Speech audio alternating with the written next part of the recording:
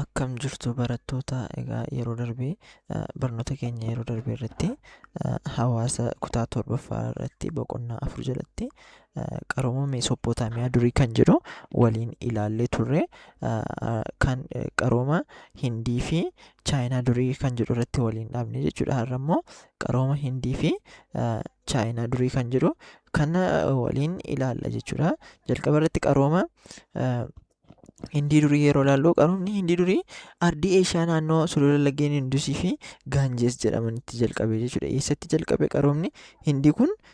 Naannoo sulula laggeen Indusii fi Gaanjees jedhamanitti jalqabame jechuudha. Iddoo kanatti jalqabame. Qaroomni kun immoo naannoo bara 2500 hanga 1500 dhaloota Kiristoosiin duraa irraa jalqabe jechuudha. Suuta suutaan dagaagaa akka turee fi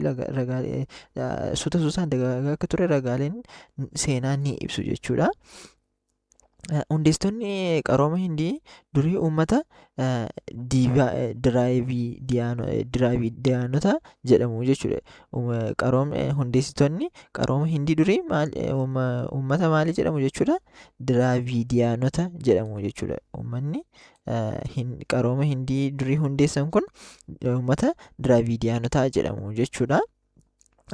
Qarooma Hindii durii keessatti akkuma kan Meesopootaamiyaa biyyeen gabbataa fi bishaan gahaa sulula Indusii fi Gaanjees dagaagina qonnaaf haala mijataa uumee ture jechuudha. Yeroo sanatti qarooma Hindii irratti gahee guddaa kan taphate, kan Meesopootaamiyaa keessatti illee akkasuma gahee guddaa kan taphate biyyee gabbataa fi bishaan gahaa jira ture jechuudha bakka qarooma Hindii durii kana keessatti jechuudha. Kanaafuu dagaagina qonnaaf illee haala mijataa uumee ture jechuudha.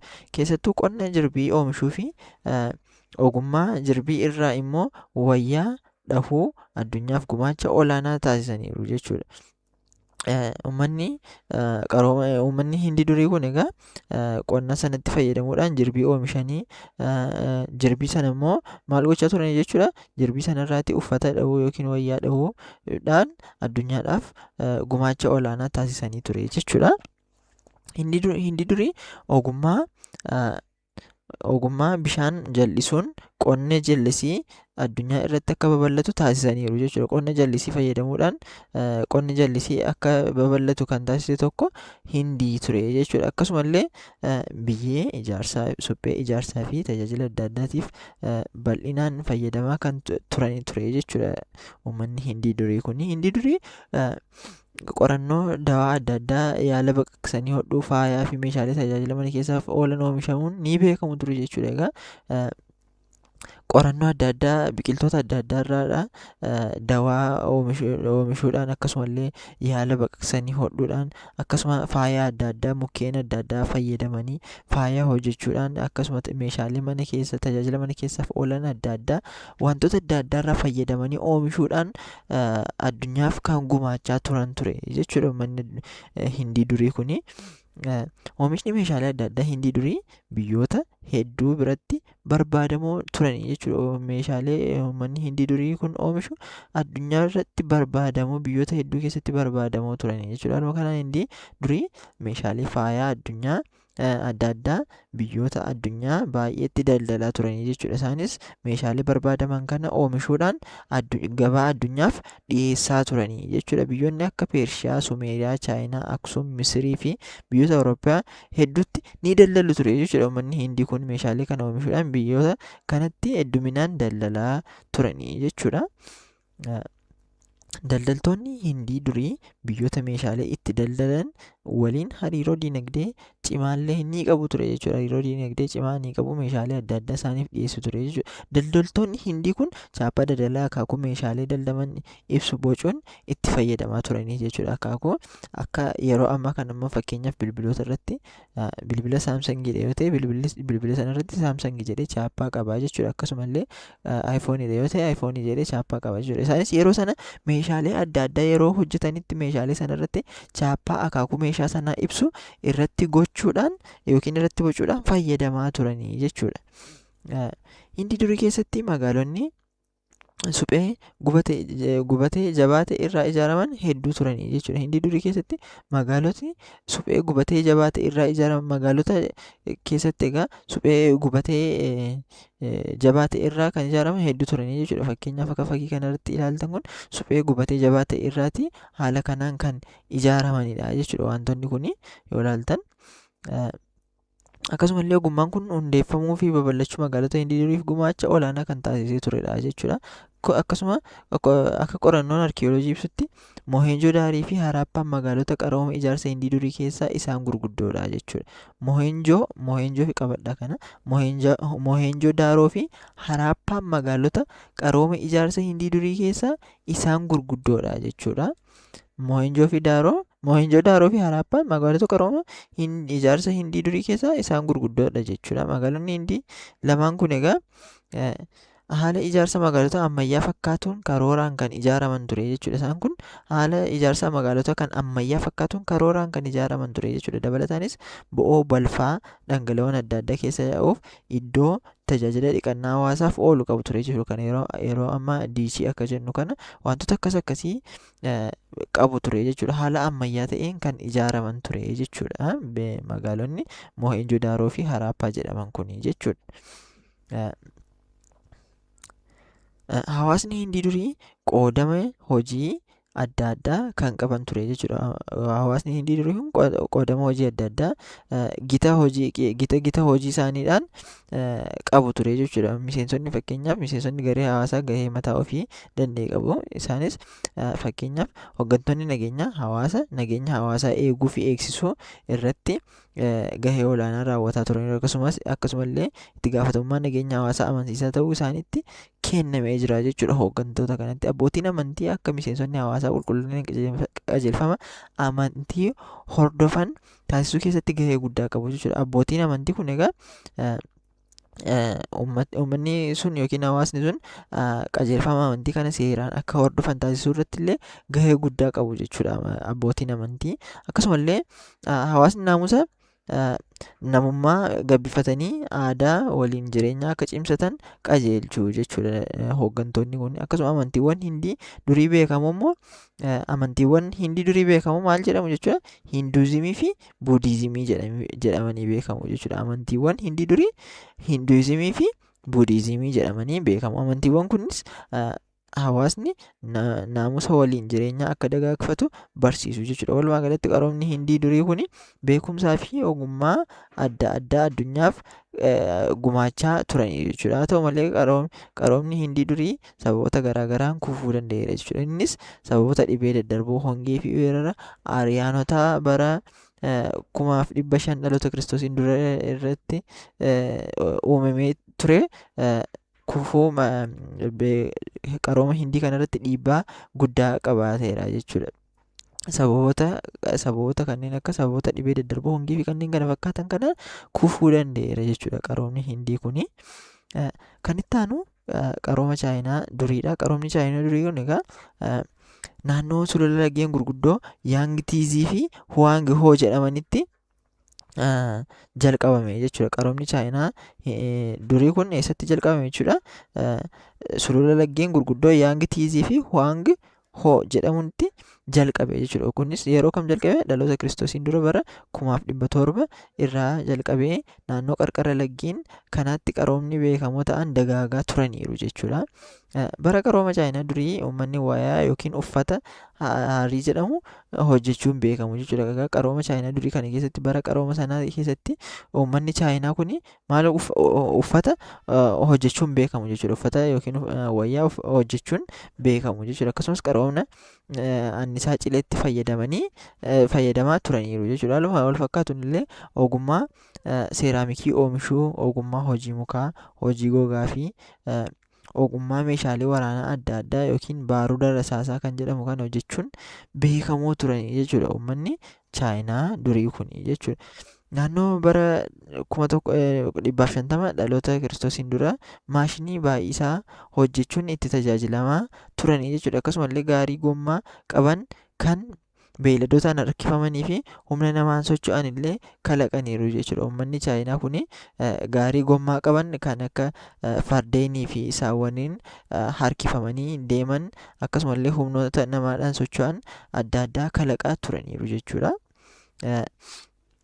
Dagaagina qarooma Chaayinaa durii keessatti egaa ogummaan mukkeen leemman irraa faayaa adda addaa fi meeshaalee mana hawaasi itti fayyadamu tolchuun beekamoo turanii jechuudha. Egaa uummanni Chaayinaa dagaagina qarooma Chaayinaa durii kana keessatti egaa ogummaa mukkeen leemmanii irraa faayaa adda addaa hojjetaa turanii jechuudha. Mukeewwan leemmanii kana faayaa adda addaa irraa hojjetaa turanii akkasuma meeshaalee mana keessatti itti fayyadaman irraa tolchuun akkasumallee tajaajila adda addaaf mukkeen leemmanii kana fayyadamanii kanneen akka teessoo, xiyya yookiin kan ittiin bineensa adda addaa adamsan akkasuma haaduu fi fal'aana wantoota akka kanaa mukkeen leemmanii kana fayyadamuun oomishaa turaniiru jechuudha. Chaayinoonni durii leemman tajaajila barreeffamaafis fayyadamaa turanii jechuudha. Muka leemmanii kana tajaajila barreeffamaa adda addaaf illee akkasuma itti fayyadamaa turanii jechuudha. Mukkeen leemmanii kun egaa Chaayinaa biratti iddoo guddaa qaba ture jechuudha. Wantoota adda addaa irraa hojjetaa turaniiru. Akkuma waliigalaatti leemman madda meeshaalee ijaarsaa Chaayinoonni irraa argataa turanidha jechuudha. Barreeffamni Chaayinaa durii loogogiraafiksii jedhama. Barreeffamni Chaayinaa durii maal jedhama jechuudha? Barreeffamni Chaayinaa durii loogogiraafiksii jedhama jechuudha. Loogogiraafiksiin maalla? Barreeffama Chaayinaa duriidha jechuudha. Innis barreeffama fakkii fakkaatu qaba jechuudha. Barreeffama fakkii fakkaatu qaba loogogiraafiksiin kun jechuudha. Loogogiraafiksiin qarooma barreeffama mallattoo tokkoon yaada yookaan jecha tokko ittiin ibsan ture jechuudha. Mallattoo tokko fayyadamanii yaada isaanii yookiin jecha barreessuu barbaadan sana kan ittiin ibsatan ture jechuudha. Uummanni Chaayinaa durii gurmaa'inaa fi ijaarsa bulchiinsa mootummaa gonfoo hundeessuun beekamu jechuudha. Uummanni Chaayinaa durii kun egaa maaliin beekamu? Gurmaa'insaa fi ijaarsa mootummaa gonfoo hundeessuun beekamu jechuudha. Isaan keessaa bulchiinsa mootummaa gonfoo Shaang akkasumallee Nizoon jedhaman wal duraa duubaan Chaayinaa durii bulchaa turaniiru jechuudha.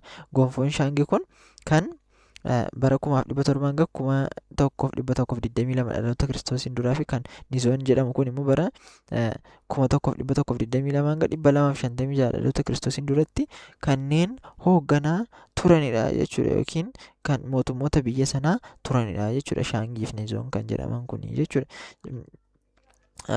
Bulchiinsa isaanii keessatti diinaa alaa ofirraa ittisuuf dallaa guddicha Chaayinaa jedhamee beekamuuf dheerinni isaa 1700 ta'u daangaa irratti ijaaraniiru jechuudha. The Great Wall of China kan jedhamudha jechuudha. The Great Wall of China kan jennu kun fakkii kanarratti akka agartanii dallaa ijaaranii turanii jechuudha. Biyya isaaniitti naannessanii dallaa kiiloomeetira 1700 dheeratu bifa kana fakkaatuun ijaaranii ture jechuudha. Dallaan sunis dallaa guddicha Chaayinaa yookiin The Great Wall of China jedhamuun kan beekamu jechuudha. Hawwata turizimii illee ta'ee yeroo kana kan daawwatamaa jirudha bakki kuni.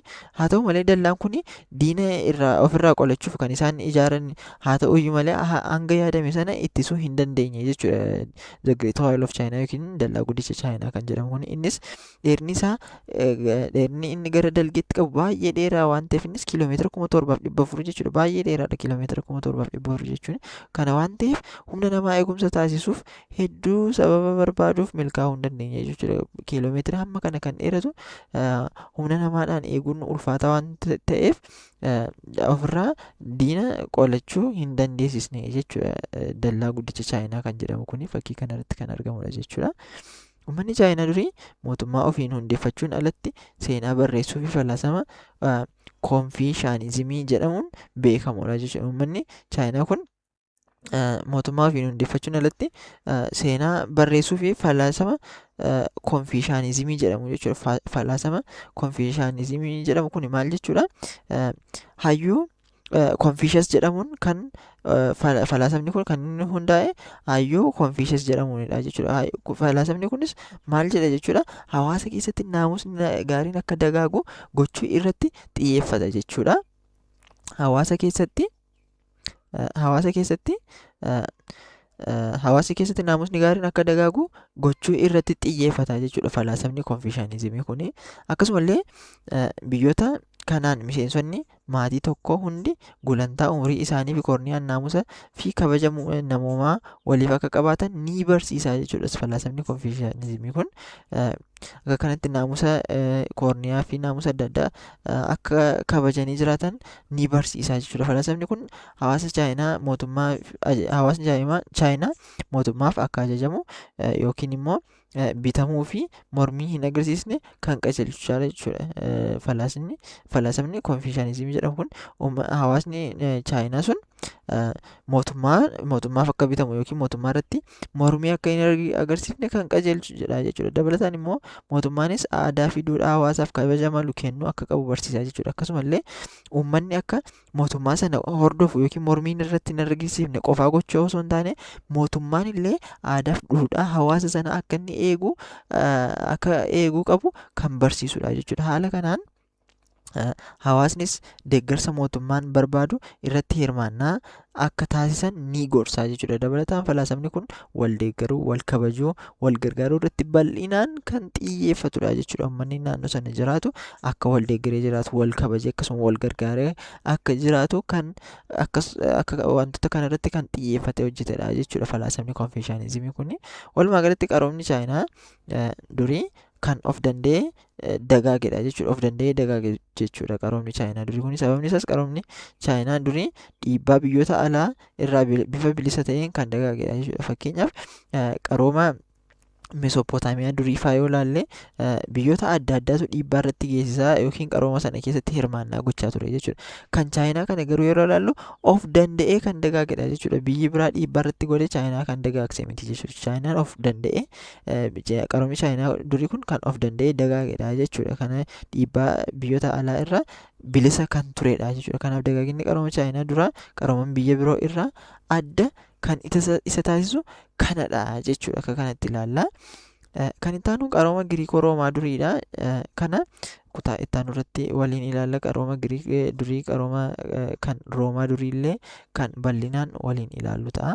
Akkasitti viidiyoon itti aanu dafee akka isiniif gadhiifamuuf chaanaalii kana sabskiraayib gochuu hin dagatina. Sabskiraayib gootan viidiyoon nun gadhiifnu dafee waan isin qaqqabuuf jechuudha. Viidiyoon kun kan isinitti tole yoo ta'e laayik gochuu hin dagatina. Akkasuma illee hiriyoota keessaniif qooda viidiyoon kun baay'ee yoo ilaalame nunis dafnee viidiyoo adda addaa hojjennee waan isiniif gadhiifnuuf jechuudha. Hiriyoota keessaniif sheer gochuu hin dagatina.